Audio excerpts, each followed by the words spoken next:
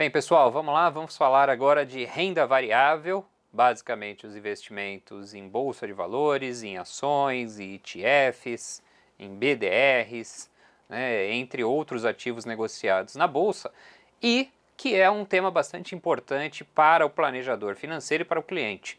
Eu diria que dentro do que nós ouvimos e de tudo que sai na mídia, ou mesmo na internet, boa parte do material que é feito é em relação a isso, em relação à renda variável, né?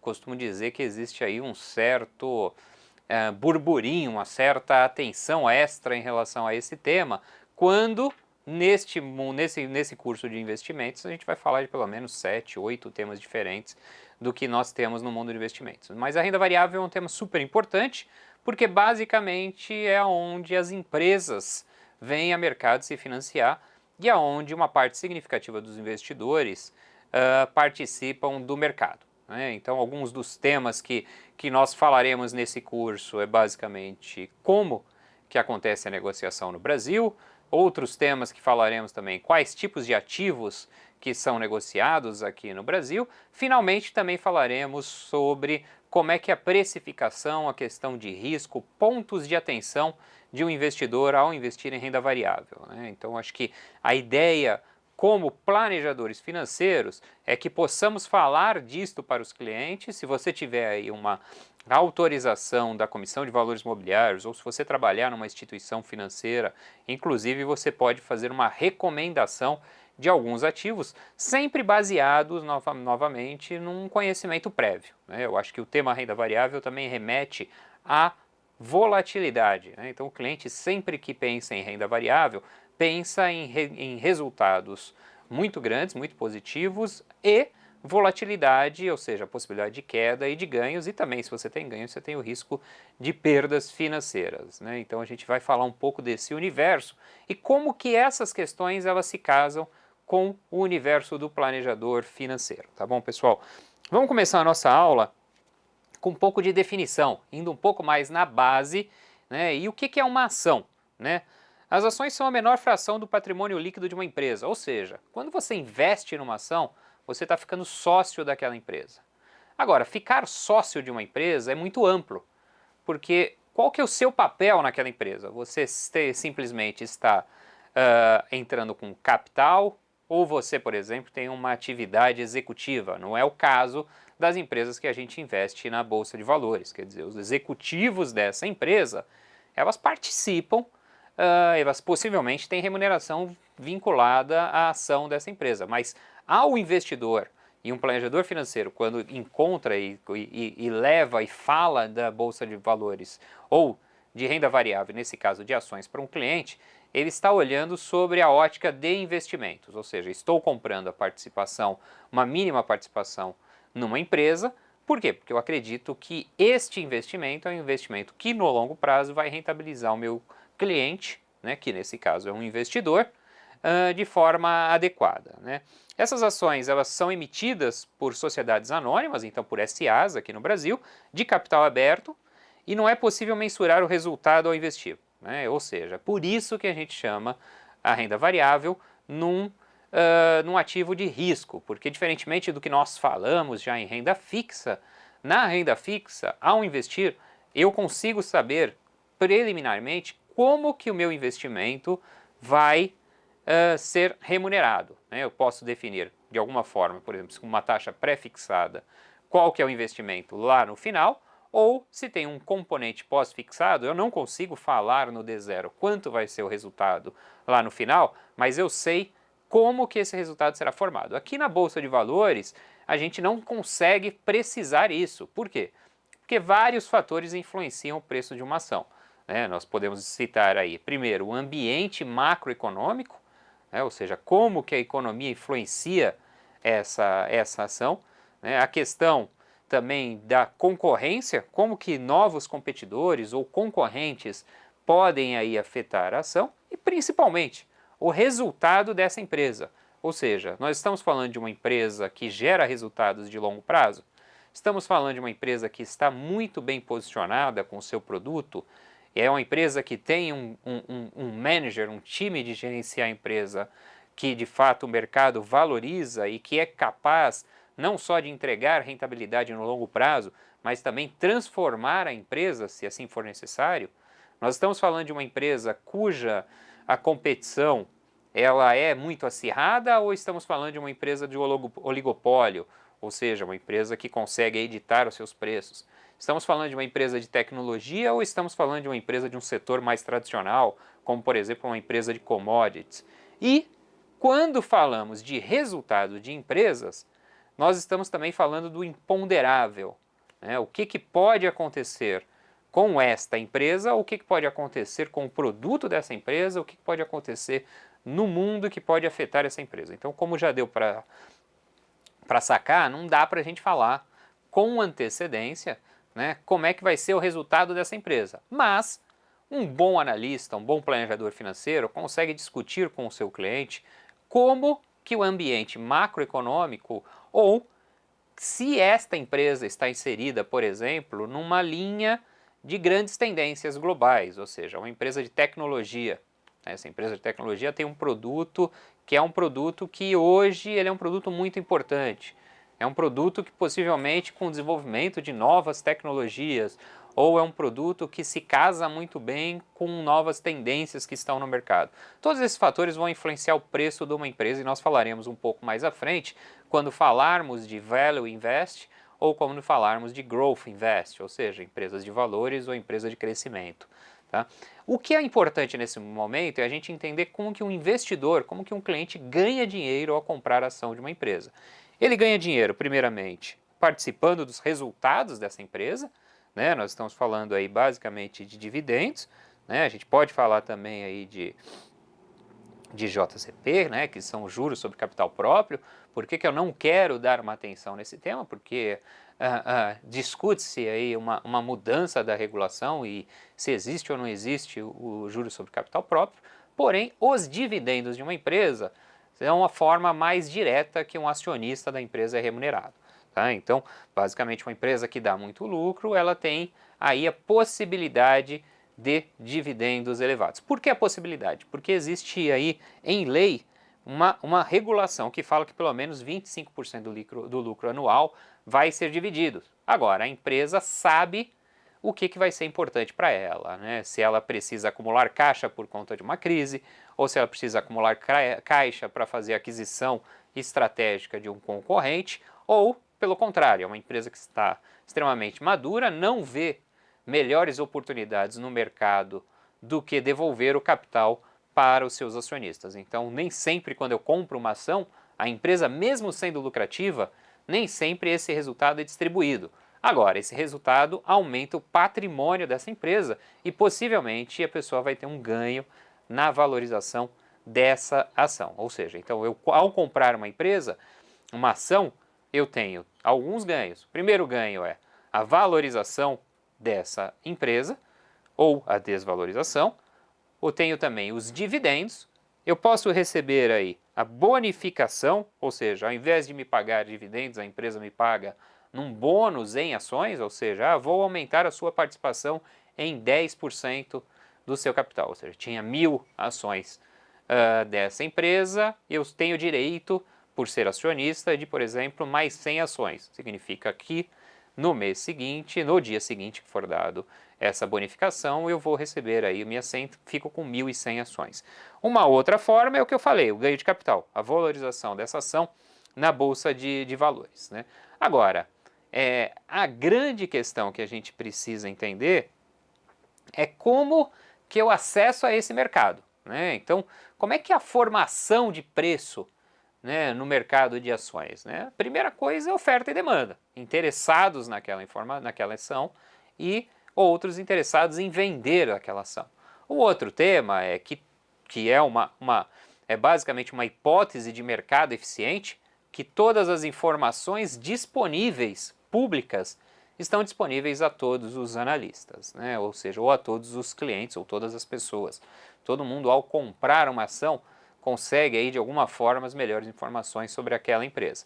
É por isso que um crime no mercado de capitais é, por exemplo, ter acesso a informações não públicas, porque de fato você tem aí uma vantagem em relação ao mercado e, portanto, o mercado não seria um mercado eficiente, né? Agora, na prática não é assim. né? Uma pessoa que busca comprar uma ação porque ela leu um jornal, ou porque ela gosta daquele produto, ou porque foi um bate-papo sobre aquela ação, não é a mesma profundidade, por exemplo, de um analista que foi lá, visitou a empresa, mergulhou nos balanços daquela empresa, conseguiu ter aí uma ideia sobre os produtos que os concorrentes têm, ou seja, uma análise mais densa e, portanto, ele tem mais informações para chegar no dado, mas não quer dizer que a informação é pública, não é privada, a informação toda é pública, só que esse cara fez um trabalho melhor sobre essas ações. Então, no dia a dia, basicamente, as ações elas sofrem as oscilações do ambiente macroeconômico, né? Ou seja, a economia como um todo, se os mercados estão muito negativos, se os mercados estão mais positivos, mas no longo prazo essa ação segue aí os seus fundamentos, né? E os seus fundamentos basicamente são aqueles que vão possibilitar ao investidor uma maior rentabilidade, e é isso que o investidor busca ao comprar uma ação, né? Então é isso que a gente fala na negociação. Basicamente, todo dia no pregão da BMF, da B3, você tem um leilão de compra e venda que vai definir o preço dessa ação, e ao longo do dia e ao longo do tempo essas ações elas vão variando a sua cotação. Então, normalmente o que acontece? Um grande investidor institucional, por exemplo, um fundo ou um fundo soberano, esse cara quando investe, ele não investe porque basicamente ele acha a empresa uma empresa interessante. Ele investe porque ele fez muita conta, ele acredita naquele management, ele acredita naquele mercado, ele vê que tem uma oportunidade. Diferentemente, por exemplo, de um investidor que faz day trade. O cara entra ali, muitas vezes não com uma análise fundamentalista, muitas vezes com uma análise gráfica, ele olha que tem alguns pontos interessantes, é um ponto que ele acredita que, por exemplo, é um bom momento de entrada, e ele vai fazer uma aquisição dessa ação para vender ao longo do dia. Tá?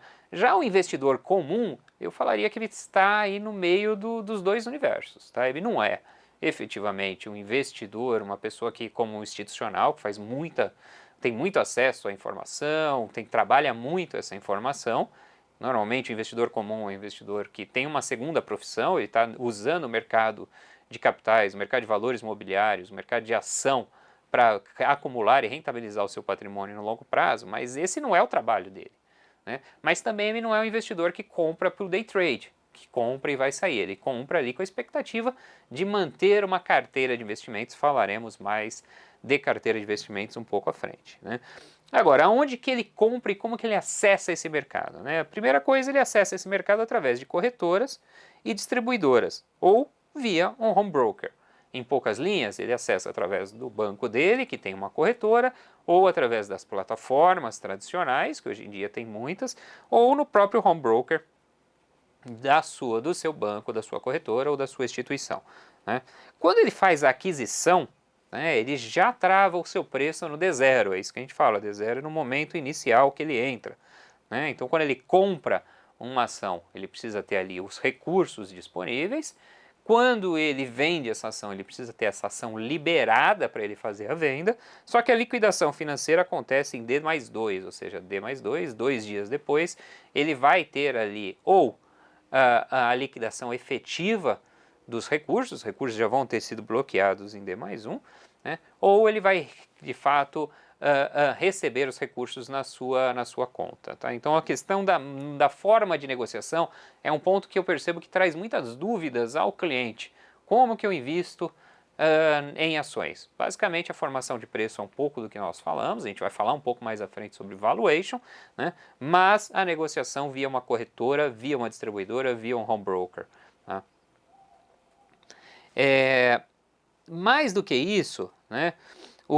Como é que esse cliente, né, ele pode comprar a sua ação? Ele pode comprar uma ação já existente, né? Ou seja, uma empresa que já se utiliza no mercado de capitais há muito tempo. Então, vamos lembrar uma coisa que eu acho que também acaba passando como algo lógico e a gente esquece, né? Uma empresa pode estar no mercado de capitais hoje, assim como ela não pode estar no futuro, porque a empresa simplesmente pode não existir mais, ela pode recomprar as ações e sair do mercado por algum motivo, ela pode ser comprada por um competidor.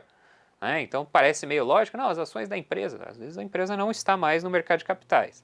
Tá?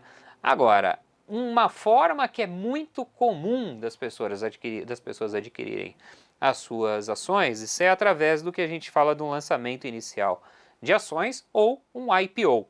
Tá? Então, basicamente, neste IPO é quando uma empresa vai vir a público, né? Então foi feito aí um grande trabalho de diligência, foi aceito aí, foi basicamente seguido todas as regras que a Comissão de Valores Mobiliários exige, né, entre quem são os principais executivos, qual que é o produto dessa empresa, qual é o resultado desta empresa, o que ela vai fazer com o capital que ela vai captar, né? Então o que a gente chama de User of Proceeds, ou seja, os procedimentos de uso deste dinheiro, né? E também alguns temas que a gente também vai poder falar um pouco mais à frente, se trata de um lançamento inicial ou de um follow-on, ou seja, de uma sequência, uma emissão de uma ação que já existe, de uma empresa que já existe, ela só está aumentando a quantidade de ações no mercado, né? Entre os custos, eu acho que esse é um ponto também que a gente releva pouco, né? Quais são os custos que o investidor tem ao comprar uma ação, né? E basicamente são os custos de negociação, que são os emolumentos, as corretagens, a taxa de liquidação e quando esse cara faz uma venda, basicamente, ou mesmo uma aquisição, ele tem aí os impostos municipais e quando ele faz uma venda ele tem um imposto de renda. Tá? Esse imposto de renda basicamente serve para marcar que esse cara, a Receita Federal vai ficar de olho se ele tem um imposto a ser recolhido lá na frente. Tá?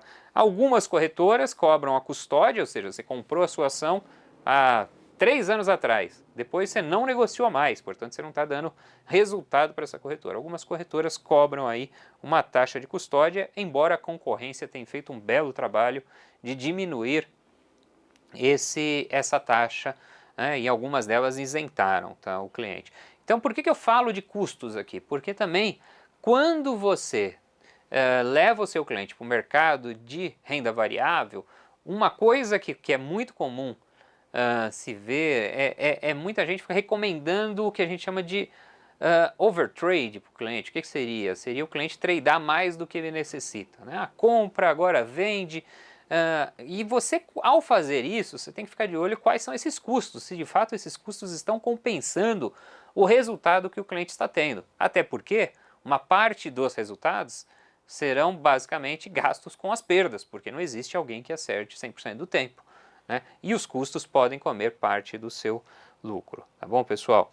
E um tema que eu acho que para a gente finalizar essa primeira conversa é como os investidores brasileiros estão aderindo à bolsa, né? E estão tendo as suas carteiras cada vez mais presentes, né? Eu acho que a primeira questão que leva a isso é o ambiente macroeconômico, né? São mais empresas acessando o mercado, são mais oportunidades de investimentos. A outra questão é também um crescimento do assessoramento. O próprio MBA de planejamento financeiro é algo que não existia no passado, ou seja, cada vez mais clientes estão sendo assessorados, não são apenas gerentes de bancos, não, agora também tem a internet o tempo inteiro trazendo informações. Existe aí uma proliferação do mercado de assessores, muitos assessores criando aí as suas plataformas e cada vez o cliente tem mais acesso à informação. Isso é muito positivo para o Brasil, porque que uma empresa, quando recorre ao mercado de capitais, basicamente ele está precisando de recursos para financiar projetos que vão gerar lucro, portanto resultado, emprego e impostos para a sociedade, para o governo. Então todo mundo sai ganhando aí num mercado de capitais desenvolvido. E o que a gente percebe é que o número de investidores no Brasil cresceu muito, principalmente a partir de 2018. E o que aconteceu em 2018, pessoal? A taxa de juros chegou num nível muito baixo no Brasil. Então também tem um efeito macroeconômico. O efeito das taxas de juros caindo fez com que uma grande quantidade de investidores viessem a mercado. Tá? E aí um número que eu sempre trago é quanto que o patrimônio líquido dos fundos ele também tem crescido, ou seja, não é só no mercado de pessoa física, a quantidade de investidores institucionais, quase 15% do patrimônio líquido dos fundos, já era em renda variável no ano de 2020, ou seja, então as perspectivas para o mercado de renda variável é que cada vez mais faça parte do portfólio dos nossos clientes. Por isso é importante essas aulas, por isso é importante você ficar de olho sobre este mercado. Então, pessoal, é isso.